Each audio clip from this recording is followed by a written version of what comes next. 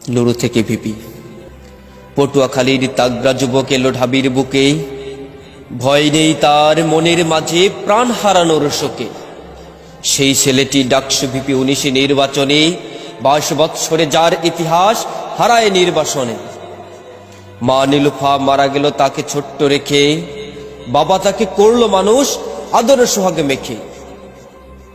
গর্বিত এক বাবা তাহার ইদ্রিস হাওলাদার, 2 ভাই আছে উত্তরাতে মুদি দোকানদার। 3 ভাই আর একটি বোনে ছোট্ট পরিবার, দ্বিতীয় ছেলে নুরুই হলো জাতির অহংকার। স্কুল কালে নুরু ছিল ছাত্রলীগের পদে, সেই সংগঠন ছাড়ল নুরু কোটা প্রতারোদে।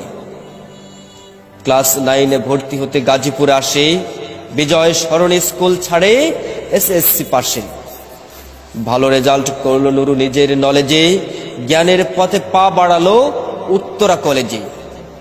স্কুল কলেজে পড়তো নুরু বিজ্ঞান বিভাগে, মনের মাঝে লালন করে রাজনীতিটা জাগে। এবার নুরু ভর্তি হলো ঢাকা ভার্সিটিতে, মেধা দিয়ে সুযোগ পেল বিভাগ ইংরেজিতে। মহসিন হলে থাকতো নুরু লীগের কর্মী হয়ে, পদ পেল সে যোগ্যতাতে নিজের পরিচয়ে।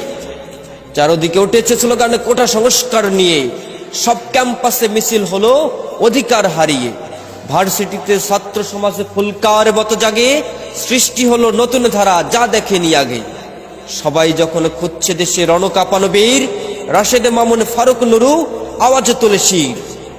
ছাত্রলীগের নেতা কর্মী মারছে বারে বার, তবু নুরু হাল ছাড়ে না চাইতে অধিকার। নুরু রাশেদ ফারুক নামে কোটা পরিষদ, আক্তার এসে হাল ধরেছে সমাজ সেবা পদ।